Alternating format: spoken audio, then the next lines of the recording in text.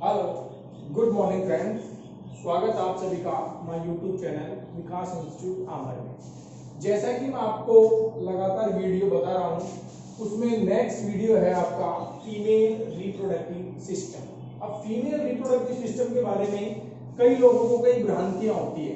कुछ ऐसा टॉपिक है जिसमें 12th पास आउट स्टूडेंट भी कुछ राज होते हैं जो क्लियर नहीं हो पाते। जैसे कि आपको मैं बताऊं कि फीमेल में 2 ओरिफाइस होते हैं, एक मतलब रिप्रोडक्शन के लिए अलग जेनिटेरिया होता है और यूरिन रिलीज करने के लिए अलग होता है, जबकि मेल में एक ही ट्रैक होता है। इसके साथ साथ एक और ऐसा टॉपिक आता है कि भाई मेल होता है वो लाइफ टाइम तक एट प्यूबर्टी से लेकर जब तक जिंदा रहता है तब तक वो फादर बन सकता है, लेकिन फीमेल 13 ईयर से लेकर 45 to 50 ईयर्स तक ही प्रेग्नेंट हो सकती है। ऐसा क्यों, तो उसके बारे में डिटेल पढ़ेंगे। तो आज आप ह्यूमन फीमेल रिप्रोडक्टिव सिस्टम के बारे में कुछ जानेंगे। तो उसमें सबसे पहले आपको ये पता होना चाहिए कि इसके प्राइमरी रिप्रोडक्टिव ऑर्गन कौन से हैं, एक्सेसरी कौन से हैं। तो फर्स्ट है आपके प्राइमरी रिप्रोडक्टिव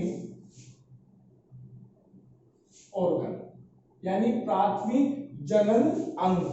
अगर इसकी मैं बात करता हूं तो इसमें आता है ओवरी। अगर मेल की बात कर रहे थे तो मेल में आ रहा था आपके टेस्टिस। यस। सेकंड आता है इसके सहायक जनन अंग यानी एसोसली। एसोसली रिप्रोडक्टिव ऑर्गन। सहायक जनन अंग में कौन कौन से आते हैं? फर्स्ट आता है इसमें ओविडक्ट। ओविडक्ट यानी आपके अंडवाहिनी। सेकंड आपके आता है यूट्रस यानी आपके गर्भाशय। और थर्ड आता है आपके वेजाइना। और वेजाइना के साथ ही आप लिख सकते हैं बुल्वा। ये अलग अलग पार्ट्स। इसके बाद में ग्लैंड कौन सी आती है? जैसे उसमें 3 ग्लैंड थी, सेमिनल, जेमिनल सेल्स, ट्यूबुल्स थी वगैरह। इसमें है आपके एसोसरी रिप्रोडक्टिव ग्लैंड्स। देखिए इसमें 2 टाइप की ग्लैंड्स आती हैं। फर्स्ट होती है आपके बार्थोली। सेकंड होती है आपके, जिसे आप अच्छी तरीके से जानते हैं, मेमरी ग्लैंड यानी आपके स्तन ग्रंथि। क्लियर? इसके बाद में क्या होता है देखिए। अब इन सब चीजों को समझने से पहले अगर आप किसी भी फीमेल रिप्रोडक्टिव ऑर्गन को देखते हैं ना, तो उसमें आपको फिजिकली तौर पर आपको सीधा एक वेजाइना दिखता है और आप वेजाइना को क्या समझ पाते हैं? Female reproductive organ. जबकि वेजाइना एक फिजिकली तौर पर दिखने वाली एक आउटर स्ट्रक्चर है, उसके इनर साइड में ये पार्ट भी होते हैं। उन सब चीजों की स्टडी करने से पहले मैं आपको फिजिकली तौर पर दिखने वाली वेजाइना के बारे में बताना चाहता हूँ। तो जो वेजाइना स्ट्रक्चर है ना, उसमें आप यहां लिख सकते हैं एक्सटर्नल जेनिटेरिया। कि कौन कौन से आपको एक्सटर्नल जेनिटेरिया दिखाई देते हैं। तो इसमें देखिए आपको एक्सटर्नल जेनिटेरिया में आपको इस साइड से आपको एक सबसे बाहरी परत दिखाई देती है जिसे आप कहते हैं लेबिया मेजोरा। क्लियर? ये सबसे आउटर एक परत होती है, लेयर होती है, जो थिकनेस मोटी होती है। और इसके अलावा क्या होती है? लिप लाइक मतलब होठ की स्ट्रक्चर होती है। अंदर की साइड में क्या होती है? धसी हुई होती है। तो सबसे बाहर कौन सी परत पाई जाती है आपके वेजाइना में? Labia majora. क्लियर? इसके बाद में मैं बात करूं आपको, देखिए यस, इसके बारे में एक सेकंड लेयर और होती है जो थिन लेयर कहलाती है। इस सेकंड लेयर में क्या कहलाते हैं आपके? इसको बोलते हैं लेबिया माइनोरा। ये थिन लेयर होती है, इनर साइड में होती है। अब यहां पर क्या होता है कि 2 टाइप्स के होल होते हैं। एक जो अपर वाला होल होता है इसको बोलते हैं urinary orifice. Urinary of orifice. Orifice का मतलब होता है आपके छिद्र। तो ये जो अपर वाला होल होता है वो क्या करता है? यूरिन को रिलीज करने के काम आता है। और जो सेकंड वाला ये 4th नंबर का जो होल होता है इस साइड में, सेकंड नंबर का होल होता है, ये होता है vagina of orifice. Vagina of orifice. ये क्या करता है कि ये रिप्रोडक्शन, जहां से मेल का स्पर्म इंजेक्ट होता है ना, वो किसमें होता है, वेजाइन ऑफ ओरिफाइस में, यानी जनन छिद्र होता है। अब इस प्रकार से आपको ये पता चल गया। अब एक बात और सुन लीजिए, इस जो ओरिफाइस होता है ना, ये ब्लॉक होता है। कब तक होता है, एट प्यूबर्टी टाइम। इसमें जब तक यौवन अवस्था प्रारंभ नहीं होती है ना, इसमें नो मूवमेंट, और इसके ऊपर एक हल्की सी एक पतली परत होती है इस प्रकार से, इसे बोलते हैं आप हाइमन लेयर, हाइमन लेयर, पतली परत बोलते हैं। अब क्या होता है कि कई कम्युनिटीज में इस लेयर को, हाइमन की लेयर को वर्जिनिटी का साइन माना जाता है। लेकिन यदि आप एमबीबीएस थर्ड ईयर की बुक में देखेंगे तो कई साइंटिस्ट और कई डॉक्टर्स इसे ऐसा नहीं मानते हैं, क्योंकि जो हाइमन की लेयर पहले के जमाने में ऐसा माना जाता था कि जब सेक्सुअली कांटेक्ट होता है, रिप्रोडक्शन प्रोसेस होता है, तो फर्स्ट टाइम में ये हाइमन की लेयर फट जाती है, टूट जाती है, जिसके कारण क्या होता है, ब्लीडिंग होती है। लेकिन ऐसा नहीं है। आज के टाइम में कुछ एथलेटिक्स गर्ल्स या स्पोर्ट्स में पार्टिसिपेट करने वाली गर्ल्स होती है, या जो गांव में हार्ड वर्किंग करने वाली जो गर्ल्स होती हैं, उनकी ये हाइमन की लेयर एट प्यूबर्टी टाइम वैसे भी फट सकती है। तो इसे आप ये नहीं कहेंगे कि ये वर्जिनिटी का साइन है, ऐसा गलत है। तो हाइमन की लेयर का आपको पता चल गया। इसके बाद में यहाँ पर एक और ओरिजिन ऑर्गन होता है जिसका नाम होता है आपके क्लाइटोरिस। क्लाइटोरिस, देखिए क्लाइटोरिस ऐसा ऑर्गन होता है जिसे आप होमोलोगस ऑर्गन भी कह सकते हैं, समजात अंग। मतलब आप कह सकते हैं कि ये मेल में भी होता है, फीमेल में भी होता है, लेकिन मेल और फीमेल में इनके फंक्शन अलग अलग होते हैं। जैसे क्लाइटोरिस मेल में क्या करता है, मेल में ये क्या करता है कि सेक्सुअल कांटेक्ट के दौरान जो पेनिस होता है उसे इरेक्ट करता है और उसको इरेक्ट करने के काम आता है, उत्तेजना पैदा करने में। और यहाँ पर क्या करता है कि सेक्सुअली कांटेक्ट के दौरान ये अट्रैक्ट करता है, ज्यादा उत्तेजना पैदा करता है क्लाइटोरिस। और यहाँ पर इसके क्लाइटोरिस के ऊपर रोम पाए जाते हैं जिन्हें आप बाल या हेयर के नाम से जानते हैं। तो ये आउटर स्ट्रक्चर थी, इसे बोलते हैं एक्सटर्नल जेनिटेलिया। इन सब को अगर मैं एक नाम बोलूं तो इसको आप बुल्बो भी कह सकते हैं, यानी भग, एक हिंदी में वर्ड है भग, और क्लाइटोरिस को हिंदी में बोलते हैं भग सेफ। ओके, कंफ्यूजन ना होना। तो ये पूरा बल्ब, अब यहां पर इसको आप वेजाइना भी कहते हैं, समझ रहे? अब ये पूरी स्ट्रक्चर क्या है, वेजाइना। तो वेजाइना एक मस्कुलर बैग लाइक स्ट्रक्चर होती है। इसमें क्या होता है कि मसल्स होती है पूरी की पूरी, और ये जो दोनों होते हैं ना, यहाँ पर एक किडनी बीन यानी आप सेम के आकार की ग्लैंड्स होती है, जिसका नाम क्या है, जिसका नाम है आपके Bartholin glands. Okay, Bartholin glands होती है। ये बार्थोलिन ग्लैंड्स क्या करती है, लसलसा तरल पदार्थ, चिपचिपा पदार्थ सीक्रेट करती है, जिसके कारण सेक्सुअल कांटेक्ट में हेल्प मिलती है। और यहाँ पर एसिडिक नेचर की वेजाइना होती है। एसिडिक नेचर होने के कारण इसमें कई प्रकार के बैक्टीरिया वायरस डिस्ट्रॉय हो जाते हैं। इस प्रकार से ये वेजाइना की स्ट्रक्चर। तो आपने यहाँ क्या पढ़ लिया, वेजाइना और बुल्बो के बारे में पढ़ा, और ये कौन सी ग्लैंड पढ़ ली आपने, बार्थोलिन ग्लैंड्स के बारे में बता दिया। तो ये दो पॉइंट आपके क्लियर होते हैं। तो मैं आगे के पॉइंटों को बताने के लिए इसके इनर साइड की स्ट्रक्चर को बताता हूँ। एक्चुअली में क्या होता है कि ये जो वाला पार्ट है ना, अंदर की साइड जाकर सर्विक्स में खुलता है। सर्विक्स किसका पार्ट होता है, यूट्रस का पार्ट होता है। इन सभी बातों को आप जानने के लिए आगे चलते हैं और आगे इसकी इंटरनल स्ट्रक्चर का डायग्राम देखेंगे कि किस साइड से ओवेरी होती है, किस साइड ओविडक्ट होती है। तो मैं आपको ले चलता हूँ वेजाइना के इंटरनल स्ट्रक्चर की ओर, और आप यहाँ पहुंच जाते हैं तो आपको एक इस प्रकार की एक स्ट्रक्चर दिखाई देती है।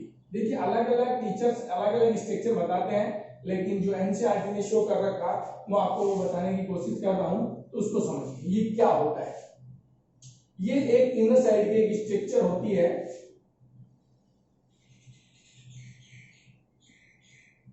ये एक स्ट्रक्चर होती है। तो सबसे पहले प्राइमरी रिप्रोडक्टिव ऑर्गन यानी ओवेरी। तो ये क्या है, ओवेरी। क्या है दोस्तों, ओवेरी। अब ओवेरी नंबर में कितनी होती है, 2, और पेयर कितनी होती है, 1। तो 1 पेयर ओवेरी होती है।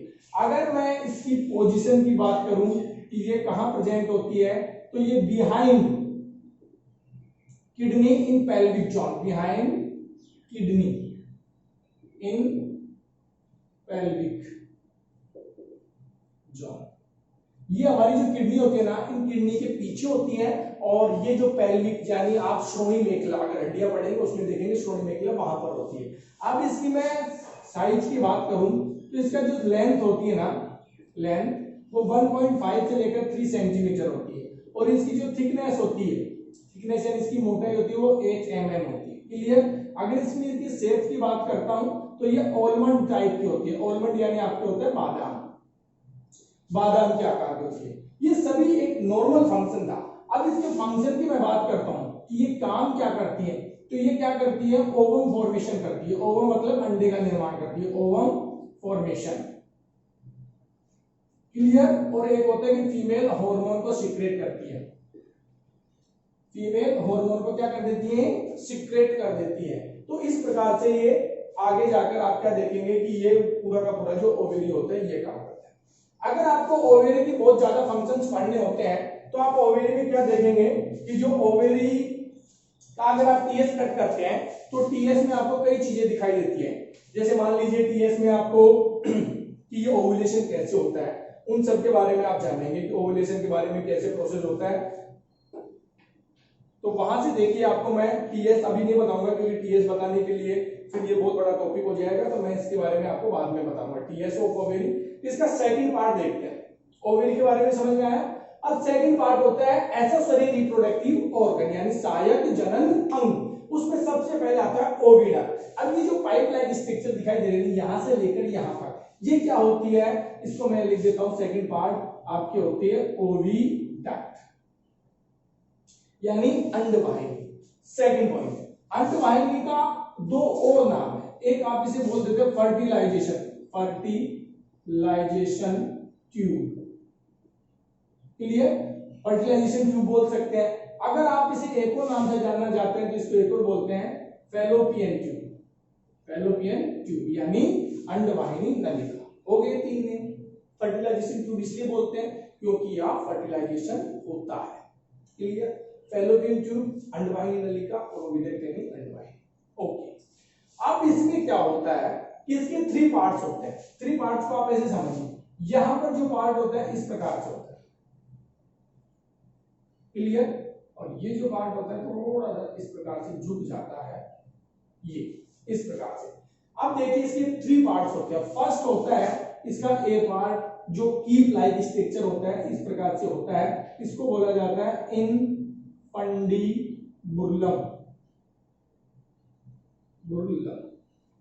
क्लियर। या आप इसे कहते हैं कीप की है। इनफंडिबुलम को हिंदी में बोलते हैं झलरी। इसमें क्या होता है, कीप लाइक स्ट्रक्चर होती है, और कीप लाइक स्ट्रक्चर होने के कारण यहां से जो आफ्टर ओव्यूलेशन होता है ना, अंडोत्सर्ग होता है, तो अंडा सबसे पहले फैलोपियन ट्यूब के कौन से पार्ट में जाता है, इनफंडिबुलम में। क्लियर। और इसके बाद में यहां पर जो वाइड पार्ट होता है, थोड़ा चौड़ा पार्ट होता है, इसको आप बोलते हैं एम्पुला। क्या बोलते हैं, एम्पुला। एम्पुला को क्या कहते हैं हिंदी में, तुम्बिका। एम्पुला वह जंक्शन, वह जोन, वह रीजन होता है जहां पर 2 पवित्र आत्माओं का संगम मिलन होता है, यानी ओवेरी से निकला हुआ ओवम। क्लियर। यहां पर वेट करता है किसका, स्पर्म का। ये स्पर्म वेजाइना से एंट्री करता हुआ यहां पर इस प्रकार से पहुंच जाता है, या वेजाइना में इंजेक्ट होंगे सेक्सुअल रिप्रोडक्शन, और यहां से मूवमेंट करते हुए कुछ स्पर्म इस साइड, कुछ स्पर्म इस साइड। क्लियर। आपको मैं बात बता दूं, एक टाइम में एक ओवेरी से अंदर रिलीज होता है, लेकिन कभी कभी हार्मोन एक्सचेंज के कारण या हार्मोन लेवल के चेंजेस के कारण कभी कभी दोनों ओवेरी से भी क्या होता है, ओवम रिलीज हो जाता है। तो ओवम आफ्टर ओव्यूलेशन वेट करता है 5 दिन तक, 24 से 48 घंटे लाइव रहता है, जिंदा रहता है। तो यहाँ पर क्या होता है कि स्पर्म और ओवम दोनों का फ्यूज होता है, मतलब यहाँ फर्टिलाइजेशन होता है। तो आप लिख सकते हैं कि एम्पुला वह स्थान है जहां पर निषेचन की प्रक्रिया संपन्न होती है। इसके बाद में मैं बात करता हूं तो तीसरा और लास्ट पॉइंट हो जाता है अंडवाहिनी का, जिसे आप कहते हैं स्थमस। स्थमस, स्थमस को हिंदी में बोलते हैं संकीर्ण पथ, यानी ऐसा रास्ता जो सकड़ा होता है, जो नैरो होता है, पिछला हुआ होता है। कभी कभी आप देखते हैं कि फीमेल में इनफर्टिलिटी की समस्या आ जाती है, बांझपन की समस्या आ जाती है, और डॉक्टर कह देता है कि भाई इनकी ट्यूब ब्लॉक है, यानी इनकी जो फैलोपियन ट्यूब है वो कहीं से मुड़ी हुई है। तो ये वो पाइप है जहां से कभी कभी अवरोध पैदा हो जाता है, इसलिए कह दिया जाता है कि फैलोपियन ट्यूब ब्लॉकेज है। क्लियर?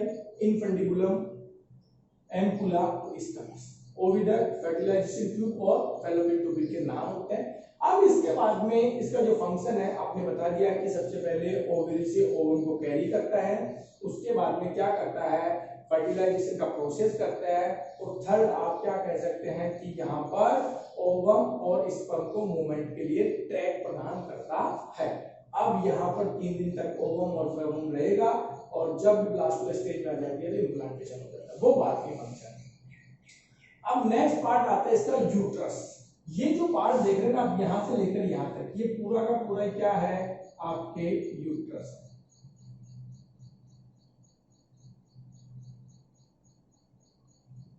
देखिए ये क्या है, यूट्रस यानी गर्भाशय। अब गर्भाशय के 3 भाग होते हैं, इस वाले भाग को क्या कहते हैं आप, फंडस, सॉरी फंडस। ये जो वाला पार्ट है इसको कहते हैं आप बोडीज यानी काय, और ये वाला जो पार्ट है इसको बोलते हैं आप सर्विक्स यानी आपके सर्विक्स। अब देखिए ये जो फर्स्ट वाला पार्ट है फंडस, ये क्या काम करता है यहां से समझिए। सबसे पहले फंडस के पार्ट को नहीं समझाते भाई, समझिए फर्स्ट आप बॉडीज के पार्ट को समझिए। मैंने यह कहा कि भाई ये स्पर्म और ये ओवम फ्यूज हो गए, फ्यूज होने के बाद में ये यहाँ से तीसरे दिन मूवमेंट करते हैं, और जब ये 4 सेल से 8 सेल्स में कन्वर्ट हो जाते हैं, मतलब ब्लास्टोमियर आपके कन्वर्ट हो जाते हैं, तो यहाँ पर आकर क्या हो जाते हैं कि इस दीवार पर ये इम्प्लांटेशन हो जाता है, फर्स्ट पार्ट अंतरोपण। तो सबसे पहले फंक्शन क्या है कि जो फीटस होता है, जो आपके भ्रूण से पहले की अवस्था होती है, उसको इम्प्लांटेशन कहाँ होता है, गर्भाशय। दूसरी बात, ये जो गर्भाशय होता है 3 स्तर का बना होता है, मायो, एक्जो और एंडो। तो मतलब एक्जोड्रम, मीजोड्रम और आपके एंडोड्रम। जो एंडोड्रम पे तो क्या होता है कि आकर चिपक जाता है, मीजोड्रम से ये क्या करता है, फूड न्यूट्रिशन को ऑब्जॉर्व करता है, और एक्जो होता है वो इसको क्या करता है, प्रोटेक्शन प्रोवाइड करवाता है। इन सब बातों को आगे चलते हैं, और आगे चलने पर क्या होता है कि ये जो इम्प्लांटेशन होने के बाद में यहाँ पर 9 मंथ्स के लिए क्या होता है, ये यूट्रस में सेफ रहता है। 9 महीने तक जब डिलीवरी नहीं होती है तो माँ के गर्भ में कौन से स्थान में रहता है, यूट्रस के बॉडीज में। अब आपने कभी कभी देखा होगा कि जो नाभि होती है वहां से जो बेबी होता है उससे अटैच होता है, और आप ये कहते हैं कि जो माँ को खिलाया जाता है वो बच्चे को मिलता है। इसका मतलब ये नलिकाकार संरचना होती है जिसे क्या कहते हैं, प्लेसेंटा। इस प्लेसेंटा किससे जुड़ी हुई होती है, फंडस वाले भाग से। समझ में आ गया फंडस का फंक्शन, और यहाँ इसका फंक्शन समझ में आ गया। 9 महीने के लिए यूट्रस मेंटेन करता है, फूड प्रोवाइड करता है, प्रोटेक्शन करता है, और यहाँ पर सेफ रहता है। अब यहाँ पर क्या होता है कि रिसेप्टर भी होते हैं। किसके रिसेप्टर होते हैं, ऑक्सीटोसिन के रिसेप्टर होते हैं। अगर आप जानेंगे तो आप ऐसे सोचते हैं सर 9 महीने पर ऐसा क्या हो जाता है कि बच्चा डिलीवर हो जाता है, तो उसमें क्या होता है कि इसके मायोस और एंडोड्रम होता है, इसके ऊपर क्या होते हैं, ऑक्सीटोसिन के रिसेप्टर होते हैं। और जब डिलीवर में हार्मोन जो पीएच यानी आपके जो मोस्टली पीयूष ग्रंथि होती है वो एक हार्मोन सीक्रेट करती है ऑक्सीटोसिन, और ऑक्सीटोसिन हार्मोन सीक्रेट करके यहाँ पर क्या हो जाता है, रिसेप्टर बढ़ जाते हैं, और रिसेप्टर आपस में कॉन्ट्रैक्शन करते हैं, जिसके कारण इसकी जो लेयर होती है वो डिस्टर्ब हो जाती है और बेबी यहाँ से डिलीवर हो जाता है। ये सर्विक्स सबसे लोअर वाला पार्ट है, और यहाँ पर क्या होता है कि जो डिलीवर होता है वो प्रोसेस यहीं से होता है। तो सर्विक्स कभी कभी गर्भाशय का जो कैंसर होता है वो सर्विक्स कैंसर भी कहां से होता है, यहीं से होता है। तो आपने 3 पार्ट के फंक्शन समझे यूट्रस के, और यूट्रस अगर ह्यूमन बीइंग के यूट्रस की बात करता हूं मैं, तो ये क्वेश्चन कभी कभी नीट में आ जाता है, तो कौन सा होता है, सिंप्लेक्स। सिंप्लेक्स यूट्रस होता है ह्यूमन बीइंग का simplex. Muscular bag like structure होते हैं, विदाउट बोन स्ट्रक्चर होती है।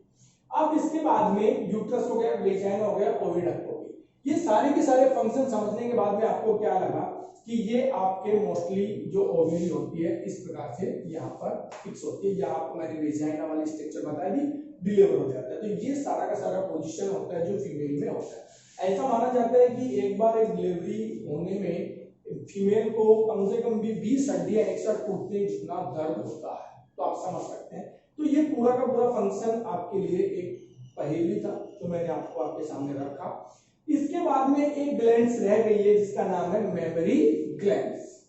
अभी तक यहाँ पर आपको सब कुछ समझ में आया होगा कि किसका क्या फंक्शन होता है, कैसे होता है, ट्विंस कैसे होते हैं और कब क्या हो सकता है। कभी मान लीजिए इनफर्टिलिटी ऐसे होता है, कैंसर यहाँ सर्विक्स से होता है, बेबी डिलीवर 9 महीने पे के लिए यहाँ होता है, इसको फूड यहाँ से प्रोवाइड होता है और एमनिकोलन कैविटी वगैरह इसके अंदर लिक्विड भरा होता है, उसे यूट्रस साइटोप्लाज्म या ड्रम कह सकते हैं। अब इसको मैं इरेज कर देता हूँ और आगे एक ग्लैंड्स आपके बच गई है, उसको और डिटेल स्टडी करते हैं कि इस ग्लैंड्स का क्या फंक्शन है। देखिए दोस्तों, आपने देखा होगा कि मेमोरी ग्लैंड्स मेल और फीमेल दोनों में होती है। जो मेमोरी ग्लैंड्स होती है ना, मेमोरी ग्लैंड्स, ये क्या होती है कि मेल में भी होती है और फीमेल में होती है। लेकिन आप इसको फीमेल में क्यों पढ़ते हैं? क्योंकि मेमोरी ग्लैंड्स फीमेल में दो रीजन है पढ़ने के। एक तो ये क्या होते हैं कि फीमेल में वेल डेवलप्ड होती है और न्यू बॉर्न बेबी को मिल्क फॉर्मेशन, मिल्क सीक्रेट करने के बाद उसे एज ए न्यूट्रिशन वर्क करवाती है, फर्स्ट बात। सेकंड क्या होती है कि सेक्सुअल कांटेक्ट के दौरान फीमेल में मेमोरी रिप्रोडक्टिव ऑर्गन क्या करती है, आपके हेल्प करती है। इसलिए आप किसमें पढ़ते हैं इसको? फीमेल के ऑर्गन में मानते हैं। होती दोनों में लेकिन वेल डेवलप्ड किसमें है? फीमेल में। तो देखिए वेंट्रिकल साइड पर, हमारे जो वेंट्रिकल साइड होती है चेस्ट के ऊपर, वहां पर एक विशेष मसल्स होती है, उस मसल्स का नाम होता है आपके पेक्टोरल मसल्स।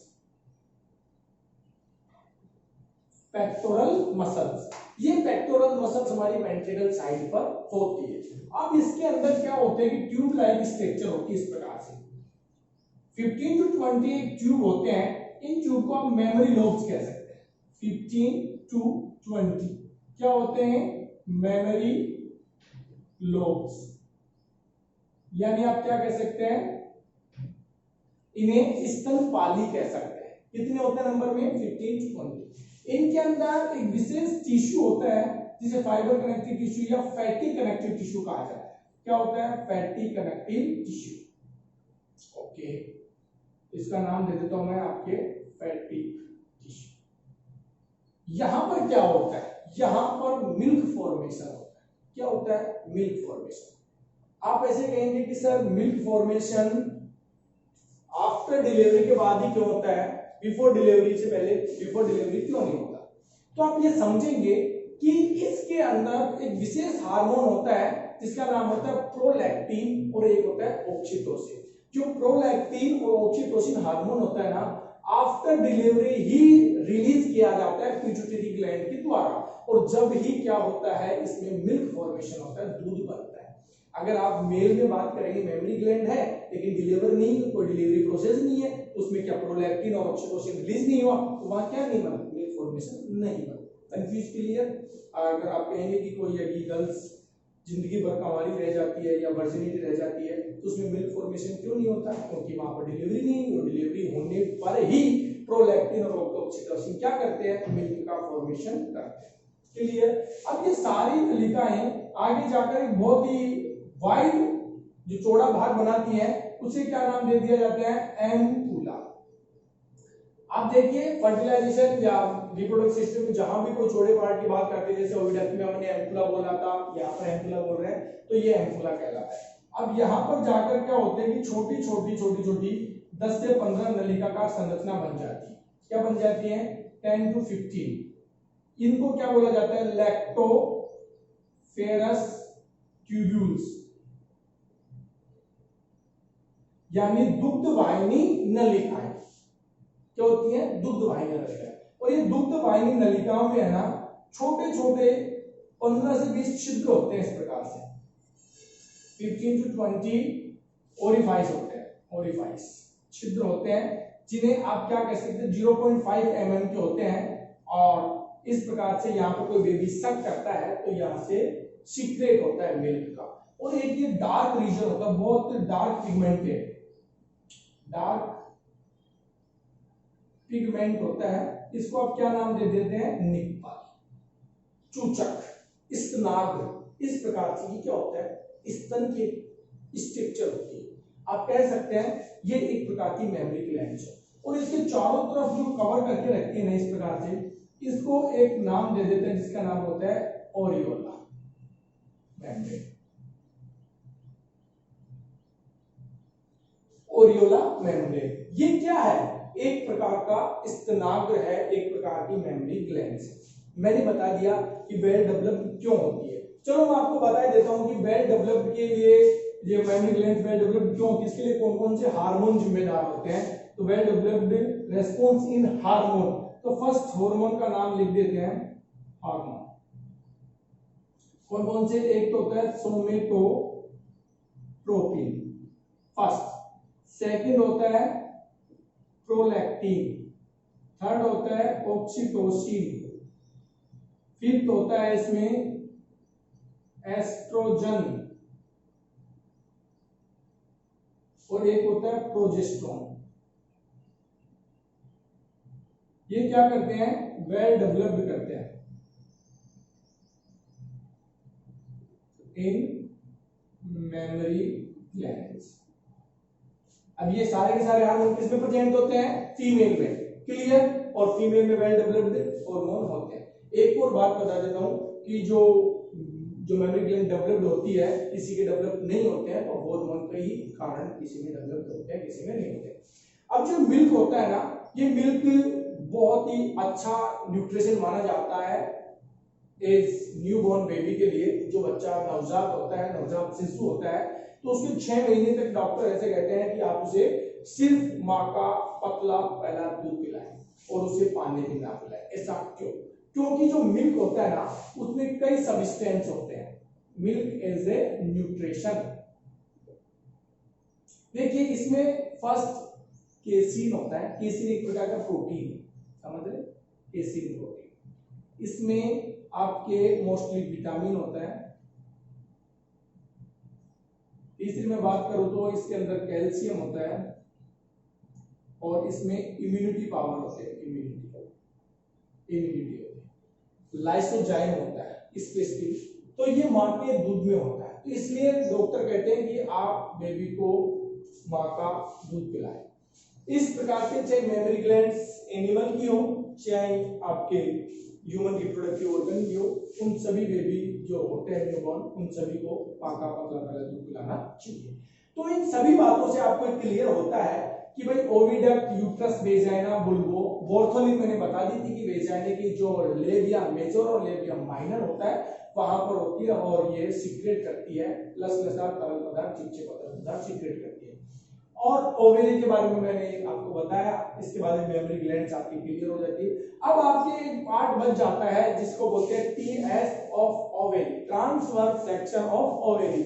उसमें मैं क्या करूंगा, आपको अलग से वीडियो बनाऊंगा क्योंकि उसमें पार्ट ओव्यूलेशन का भी है और टाइम पीरियड भी है, कैसे क्या टाइम आता है, कैसे क्या नहीं आता है, उन सब के बारे में मैं डिटेल बताऊंगा। तो आप इसका एक बार स्क्रीनशॉट ले लीजिए और thanks for watching my video.